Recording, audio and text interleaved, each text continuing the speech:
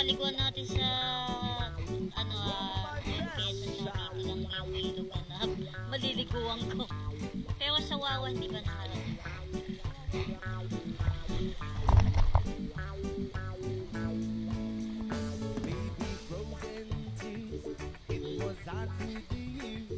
Ingat kayo si Punta Ivy.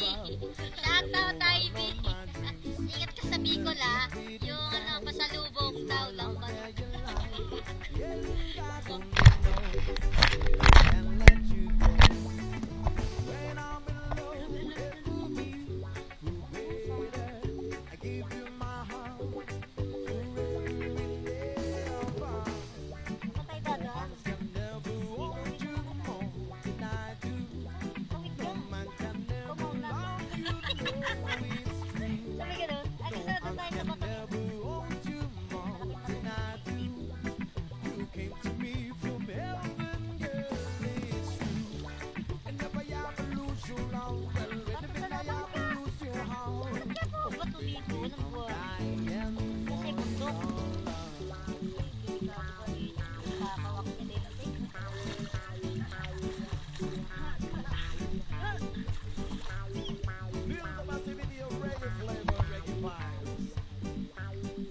Pwede pang massage yung ano.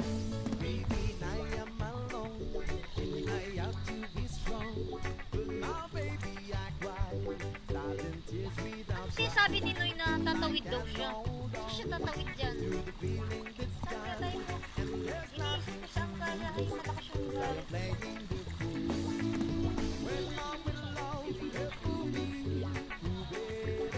Kaya pa naman diba, magpapano tayo sa tubig na to? Naman pinapasad siguro opo. Taga-tawag tayo. Doon na may sapatos dito yan.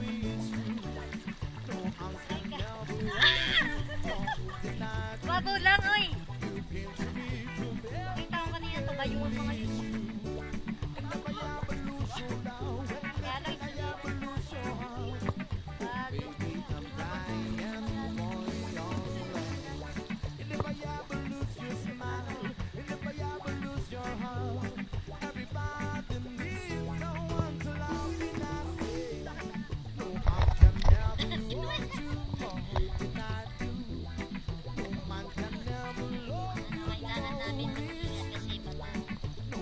asim ba to?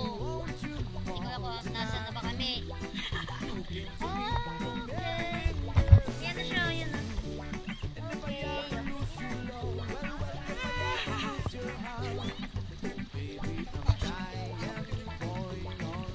Kuya, dito ka na magsambitin. Kaya yung chinelas, ano?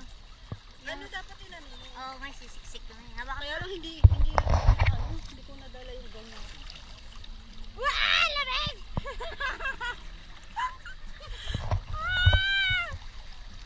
Ang lamig! Mamaya pupunta ko yung CR na binayaran ko doon. Kuya, pwede ako magbihis dyan. Di ba bayad ako? Kahit hindi naman ako nakitira. Nakituloy dyan. Mas mahal yun kasi pang family ano yun. Breeder din pala yung may-ari nitong ano. Breeder siya ng mga aso.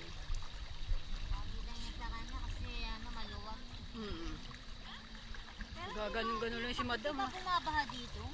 Tumataas to. Tumataas na to? Yan, yung mga bato na yan, inaabot yan. Yung mga, ano, parang buhay na bato Kaya na yan. hanggang dyan lang yung ano nila. Oo, yung mga cottage nila. Libre yung laba dito. Oo, ang sarap maglaba rito. Dito ka nakatira. May kuryente naman. Ikaw, titira ka ba dito? Kung bahay bakasyon na, no? Pero kasi yung mga trabaho kasi wala pa rin dito eh. Oo. Kaya sabi ko Pero eh, yung pag ganyan kami, mayroon pang sabi ko kay Eman eh, sabi ko Eman, ano ganyan kasi talaga pag ano, padalang nilang dulong-dulo sila minsan lang mga tao duman. Kaya talagang mahal talaga pag sa dulo kasi alam nilang ano, mas mura sila sa na ulan. Oo. Sila yung pinakahuli eh. Pero ngayon din dun. Parang mga campsite. Baka mura dun eh. Ay, may mga tricycle dun eh. Oo nga, may daanan pa dun ah. Kaya lang parang wala na tayong tatagusan. Eh, hindi, pwede pa pala. Ayun. Kaya lang yun nga, kawawa yung mga motor. Motor, oo. Pa dito kay Noy, ang ganda mo. Ay, may nahanap pa ata itong ibang kuwebe eh. Overnight Pero iba dito. ang dulo kasi, yung binabaan kasi namin, no, nag-mountain climbing kami, hindi ko maalala kung saan ditong bundok eh. Pagbaba Anong bundok namin, ba to? Asan? Ayan, ayan, ayan. Ayan nga ka. Okay. Yun yung Mount Daraitan. Parang natutulog. Parang natutulog na bundok, no? kaya sa, lumalakas na. Doon sa gitna mas malakas yun. Nararamdaman ko yung lakas na. Pag umulan, nakakatakot maligo dito. Nangunguha kaya ng tao din dito.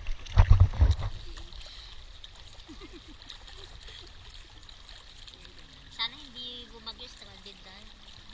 Kasi yung motor. Stranded kami pag kasi yung motor tinatawid dito sa ilog. Okay? Hindi siya mataas, hindi siya malalim, kaya lang yung current, yung agos masyadong malakas.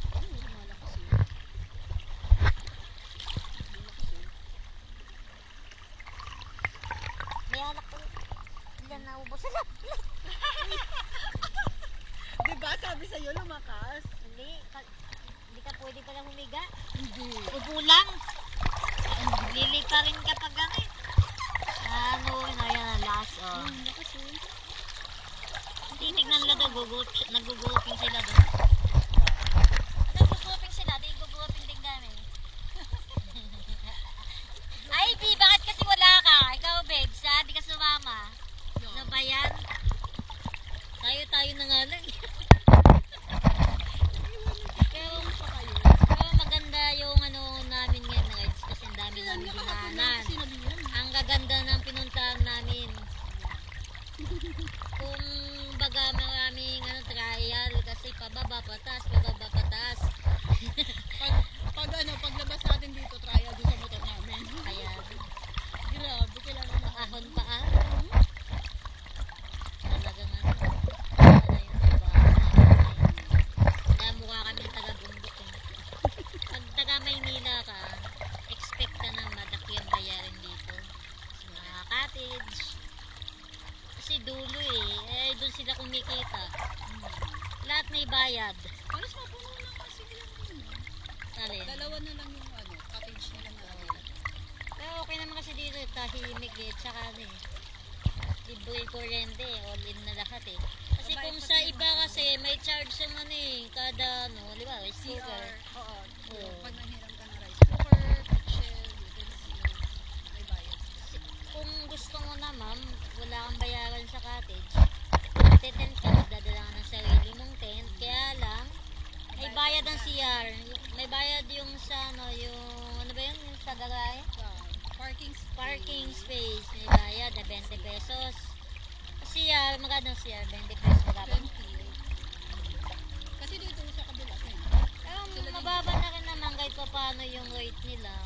Pero kasi 600 half day lang tayo. Para kami nagbulinaw. Bulinaw sa ilog. Siguro kung maaga kayo darating dito, sulit yung 600. Oo. Yun, tip lang yun ha. Kung madami kayo, magdala kayo ng sarili yung tent. Bali ang ano nyo, yung kasi sabi kasi may entrance daw eh. May entrance. Pero Ano kung entrance? marami sila tapos mag-ano sila ng open cottage, sulit na yung 600. Tapos kailangan maaga silang dumating dito, huwag silang lumaya sa akin. Wala kaming alam. Kaya medyo masagot sa bulsa. Yeah. Ito yung rides na walang pagkain. Bumili na lang kung saan. Pero at least kung may pagkain. Oo. Okay lang yun. Di naman kami kakain ng kanin kasi kumain na kami dun sa kainan. Pulutan lang. Pulutan na lang. Okay na daw. Pulutan na lang, lahat na pulutan na lang. Hindi naman kasi ito pang rides ng pambata eh. Rides to na matatanda eh.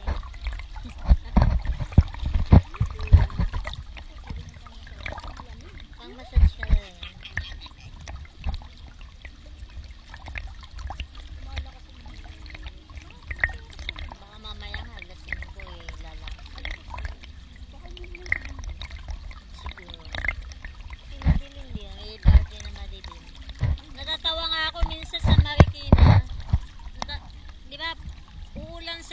Petra, tapos sa bayan hindi. Hindi. Ang galing. Basa ka na sa Tumana, pagdating mo sa bayan, walang ulan. Hindi may ganun kaya, no? Mulat ako eh. Usually ang CI, sobrang lakas ng ulan na dumaan kami ng CI. Pagdating ng bayan, yung tuyo. Yung bayan na Kaya nakakapagtaka eh, anong meron dun? Siguro, yung ano lang, yung ulap kasi, localized na. nandun lagi, baka may pollution dun. Oh, positive. Siguro, hindi, halimbawa, kasi kapag